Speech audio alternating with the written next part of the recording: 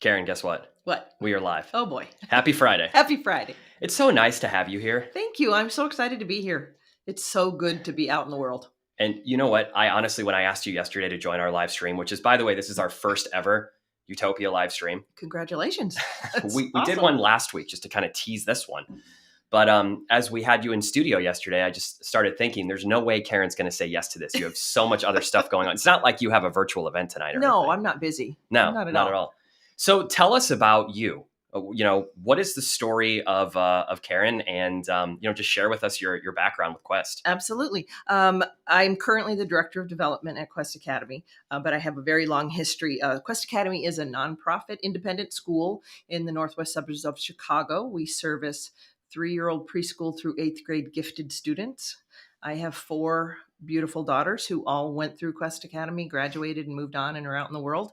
But Quest is very near and dear to my heart. So I'm very, very privileged to now be able to work for them and try and forward all of our families into being great Questies like my girls.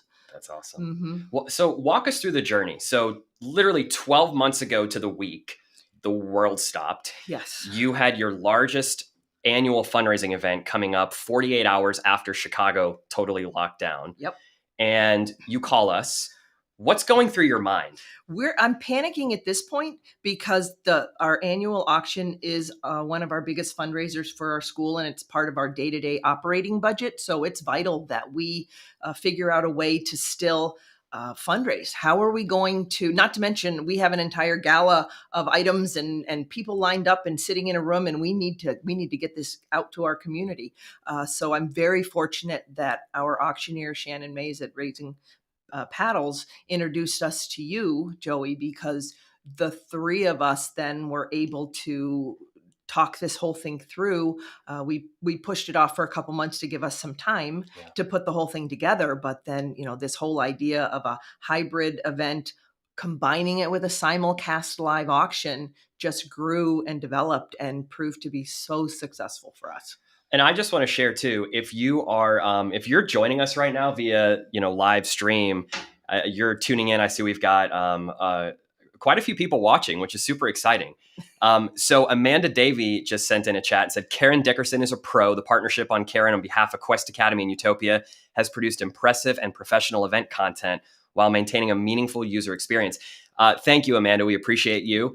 And just incredible support. So if you're out there watching and you have questions for either myself or Karen, please put those in the chat and we will make sure to come back to those. Just going back to your experience, 12, 13 months ago, what were, as you pivoted to virtual, as so many different nonprofit organizations are kind of faced with that challenge right now? Do we go virtual? Do we go live? Right. How do we stay connected? What do we do? Do we not do anything at all? What were those major challenges that you were faced with internally and also from your executive leadership team when you did make the pivot? I think the thing that really scared us the most was how are we going to provide an event that is captivating enough for people to want to join in at a time when the world was so scary. We didn't know if they were going to be even interested in still financially giving to our nonprofit organization. And it was just, how are we going to make this event different but exciting so that people will still want to join and want to give? That really was what it came down to.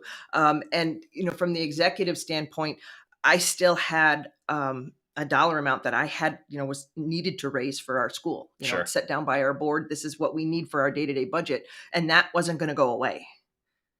So that was the challenge. How are we going to raise this money and get people excited enough to participate when everybody's just sitting at home on their couch? And we'll come back to that because I think that kind of wraps into our next question is, really fast forwarding to today. Literally today, your team is in town in St. Louis in our studio, and we are about to produce your 3rd event with us. Yes. So, fast forwarding to today, what has life been like for you professionally? And how have you managed? You mentioned community and staying connected and encouraging people to lean in. How have you, as the director of development, managed to stay connected to your donors during a time where the world tells us to pull back, to have, just kind of restraint or self-doubt or reactivity? You've encouraged people to lean in. How have you done that? I think the most important thing is to continue to try to stay connected with our families, with our donors, um, not to continually just ask them, give me money, but just to reach out to them as people. How are you doing? What can we do for you? The time is going to come when we're going to ask you to do stuff for us, but what can we do for you? What would help you? What would help your kids? And just to continue to be there as part of our community, that to let people know we're all in this together. I know people say that all the time, we're all in this together, but it's true, especially in our community of our school. We're a family, we're there for each other, and our donors are a huge part of our family. And we just wanted to make sure, they were well, they're staying healthy, let them know we're still out there, we're doing our job, and we're going to continue to do what we can for each other. That's awesome. That's awesome. So what are you most excited for now that you mentioned earlier, it's not the first time your families have been asked to kind of adapt to this, this virtual streaming platform. So tonight is, your third streaming event. Yep. What are you most excited for thinking about tonight's gala? The thing that always makes me most excited is just to know that the product that we're putting out to our families and our donors in the world is fun. Sure. We're about family, we're about fun, we're about fundraising for a great cause. Our school does great things for our students. So it's how are we going to be able to provide people with entertainment and keep them happy and excited? That's my goal. It's always about what great event can we put on, because if people are happy, and they're going to want to be a part of the event, and the more people that are there, the better we're going to do. Absolutely. So I'm just super excited that we get to do a live simulcast. Our head of school is quite the queen. We're the knights of all knights. So she's quite the queen. She's got a fantastic live performance lined up for everybody. It's just a fun TV moment for everyone. I'm curious for the 20 people that are actually watching us right now, which is more than I thought we'd have for our first ever live stream, which I'm super grateful and really excited just to put this out there. And if I know a dear mentor and a friend of mine, John O'Leary, wrote the book On Fire. Mm-hmm. And I sent him a video message 2 days ago, and he sent me back a video message. And my video message was really, you're changing. I just want you to know that sometimes we all go through imposter syndrome, right? In the sense that we feel like our success or our significance needs to be not necessarily validated, but it's nice to know that you're having an impact or an influence somewhere. Mm-hmm. And I say, like, right now, if we are influencing one person, I know that this live stream and the future live streams that we're doing really makes it worth it. And as a result of having you here, the beauty of having a live stream is information is real time. So for those individuals that are on right now, or perhaps people that watch this later today, maybe they get connected and are inspired by your story. How do they join into tonight's live stream to your virtual fundraising event? They join the Zoom link that you send out. Fair. And go to GiveSmart and look up the Quest Academy Gala and click on it and just join the fun. So for anyone who wants to join Quest Academy and Karen tonight on their journey of success to raise money for Quest Academy School, we'll put a link in the Facebook live stream. Thank you. Or just go ahead and email us. That's always on vibrate, and of course, when we live stream, it's not. Of course. Right. Go ahead and email us, and we'll get you connected to join the event tonight. So, Karen, going back to this is the last question before we go to rapid fire round, which is my favorite. We produced a hybrid event for you, the drive-in graduation event in your parking lot. Mm-hmm. And, we have another hybrid drive-in graduation coming up in June. What are your thoughts on hybrid? And maybe more generically, where do you see events headed in the future? I really think that hybrid is the wave of the future, because you're tapping into not only that audience that would be with you at a live event, you're tapping into that audience that said, that's not my thing. It's not my thing to go to a gala. It's not my thing to go to a golfing event or whatever. But now you're enabling those people who prefer to stay home with their families to join as well. And so it literally is bringing in the best of both worlds. You're just opening your event up to anyone and everyone, and they can do it in whatever way they're comfortable. If they want to come in to the ballroom, they can. If they want to stay home, they can do that as well. So we have a question from someone who says, as schools pivot to virtual or new platforms, How important is the level of production quality in fundraising from a virtual audience? Is there a difference between using a professional company like Utopia or trying to do it in-house with fewer resources? I think it's the key to the successful hybrid event is to use a professional company. Why would you say that? Well, number one, you always want to represent your organization in the very best way. And you want it to be professional because it adds kind of legitimacy to what you're doing. Yeah. There's nothing worse, nothing, when you're in the middle of a hybrid event that your technology isn't working. You need somebody who knows what they're doing so you can focus on what you do best. So it is worth every penny to bring that professional company in, because number one, you have peace of mind that everything's going to go smoothly. Everything's going to look fantastic. There's no doubt in my mind that is probably one of the most important components to a hybrid event. And I was just going to say too, from my perspective, we've had a lot of clients of ours, nonprofit organizations that, when we've produced these hybrid events, and we've done about half a dozen or so hybrid events. They're so new and such a novel concept. Everyone's still trying to kind of work through them. No different than virtual 13 months ago. Right. And we've learned a lot, but I think not a lot of groups really understand the complexity of what goes in the technology of hybrid events. Exactly. And like a perfect example of this is when you work with a production agency, we try and find production agencies that are focused on fundraising specifically and exclusively. We find ways to pay for ourselves. Right. So we're working with a group who's producing a hybrid event in a couple of months from now. And we had this idea to where if you can separate your streams, so your virtual audience gets one feed and your in-person audience gets another feed, you can have two separate and unique sponsorship opportunities. Yes. So you've got one piece of programming going out to virtual attendees, right? Maybe you're a mixologist or some type of entertainment. And you've got, anyway. So I just thought we're always trying to find ways to help ensure that we are an investment. Yes. Not a cost. And this is exactly, Joey, why we continually come back to you.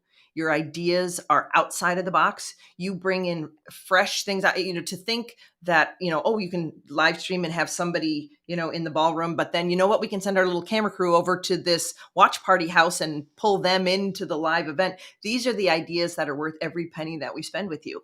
We appreciate that. And I just have to tell you, while we're in the feels and we're in the emotional feels, I know we talked about this before we actually went live, but I just want you to know that had it not been for Quest, I don't know if we'd be here talking here, today.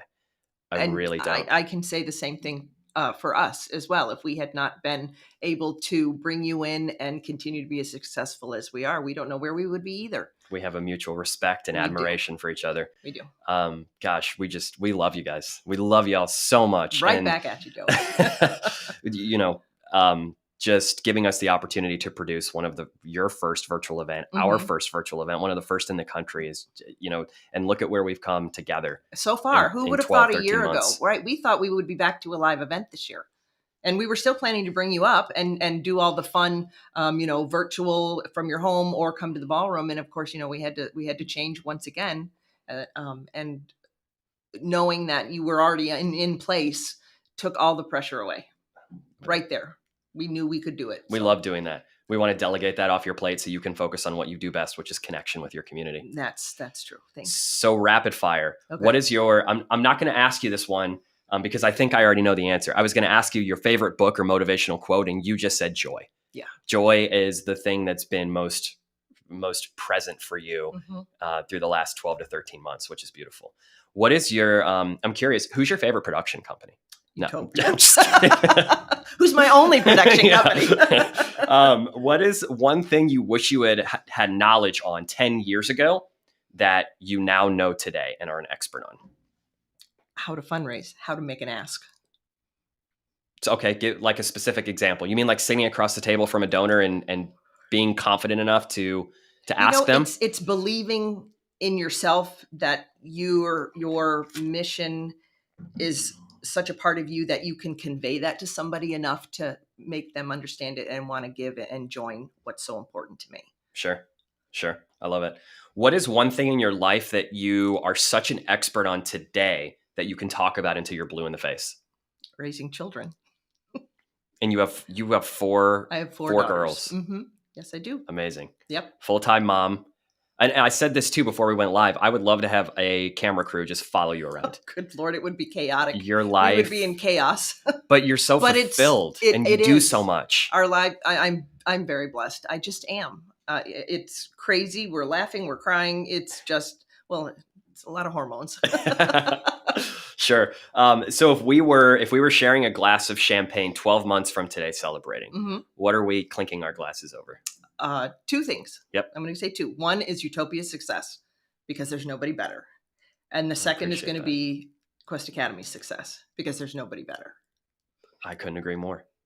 And last but not least, what is one lesson that you've learned personally through the pandemic that has changed or reaffirmed meaning, which has impacted the way that you see life? So, in other words, how has what's important to you changed or been magnified?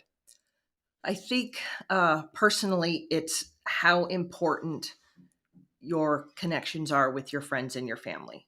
We took it for granted. They were always there. Oh, we'll give you a call next week. We'll give you whatever. And to not be able to physically connect with the people that are the most important is the biggest revelation to me in this whole thing. We have a question from, it looks like, a nonprofit organization. How have you made those asks through the pandemic? And when you say that you have developed the skills as a leader to be able to look people confidently in the eye and make those asks, what are perhaps some tactics that smaller nonprofits can learn and sort of emulate from what you've learned? What I've learned is the most important thing is number one, understand your mission and be able to be an advocate for that and fully believe in it before you make the ask. And then also, you have to know who you're reaching out to, and you have to understand who they are, where they're coming from, and how they can connect with your organization. And then once you're able to put those pieces together, then it's much easier to sit down and make friends. Make friends with Yeah. the people you're asking to help you, because that's the connection that's going to stay. The one question I love when we're doing consulting with different nonprofit groups is the questions that we encourage to directors of development and other people that are dealing directly with growing and stewarding those relationships. There's two questions that I feel are really, really pronounced, and one of them is, what brings you joy? What Yes. lights up your heart? Yes. And the second one, and this is one that now I ask all of our clients, what's your preferred method of communication? Such a simple question, Right. but so many people have, varying answers. So if you have a donor that says, I hate email, don't email them. Exactly. Pick up the phone and call them, or That's show what up I'm on their saying. doorstep. Get to know your people that you're reaching out to, right? And Yeah. you want to connect with what's important to them and then show them how they're going to fit in with your mission and what you're doing. So true. Any last words of wisdom as we close out today's live stream? Wow. My words of wisdom, just I Maybe, and if I can specifically kind of tailor that. yes, please. If you're speaking in the lens of a nonprofit who is in your shoes 13 months ago, and they're still going through, we're struggling with fundraising, or perhaps we're trying to reinvent ourselves or change public perception or get more connected or share our mission in a way with heart and purpose and character and passion and impact, what would you tell this group to say, like, as you're considering pivoting to virtual or hybrid or utilizing video to share your stories, or looking at your fundraising campaign for 2021 and 22, what lesson or advice do you have for a nonprofit that's making that pivot? Well, the most important thing, of course, is to remember that even though we can't be together personally, our work is still vital. Whatever organization that we're working, whether it be me with gifted kids and getting them educated in the ways they need to be, or a nonprofit in a healthcare industry or whatever, the most important thing is our needs haven't changed. Sure. The thing that has to change is just how we get that message out to people. And again, it's connecting with them. So continue to be aware of your needs, and then just approach the professionals who can help you put the vision together that then you can electronically put out in the world. I think that's the secret is just, if you're not good at that technology piece yourself, get somebody who is, because your mission hasn't changed. Let them put together what you need to do to get it out to people. Great advice. Great advice. Well, Karen, that's a wrap. The first ever live stream for Utopia, and you were our guest of honor. I love it. Guest of honor. You were our first hybrid event production company, and now I get to be your first. Hopefully, your last. Always my last. Okay, we have one last question that just came in. Why would you recommend using a professional? And we sort of addressed this a little bit earlier, but this person probably wasn't on when we addressed it. Okay. Why would you recommend using a professional company like Utopia rather than doing a DIY? Simply because they're going to put the package together that you know is going to reach your audience. Doing it DIY, if you run into any glitches, which is going to happen with technology, you're going to run into glitches and something's going to happen and it's going to you're just not going to get through your production. It's not going to happen. And again, you want the very best product put out there with your name on it. Sure.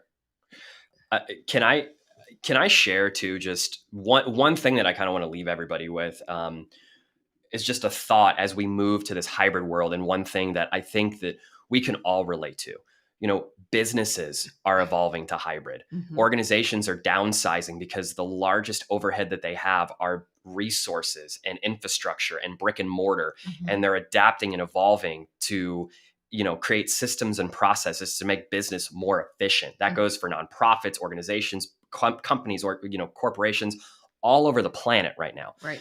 And so everyone's moving to hybrid. So whether you, I would just say, like, right now, do not rest on your laurels. Figure out how you're going to adapt and evolve to this new world. Use Karen as a perfect example of someone who has done so flawlessly, seamlessly, and really incredibly well. We emulate her success.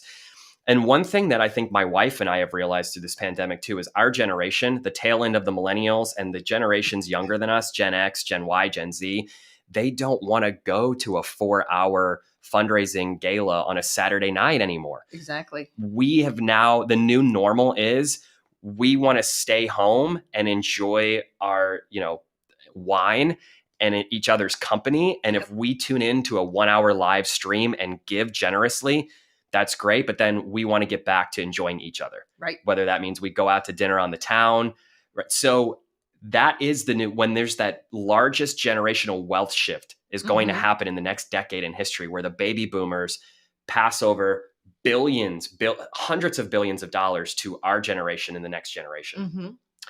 The next thing I think we're going to talk about during our next live stream, future live streams, is how do you appeal to those demographics? Right. Because that is so, so critical. It is the future. Totally the future. Yep. All right, Karen, that's a wrap. Thanks, Joey. We love you. Love you too. Cheers, everybody. Have a wonderful weekend. Thanks for tuning in. Hope this was valuable, and keep changing lives through your impact. See you soon.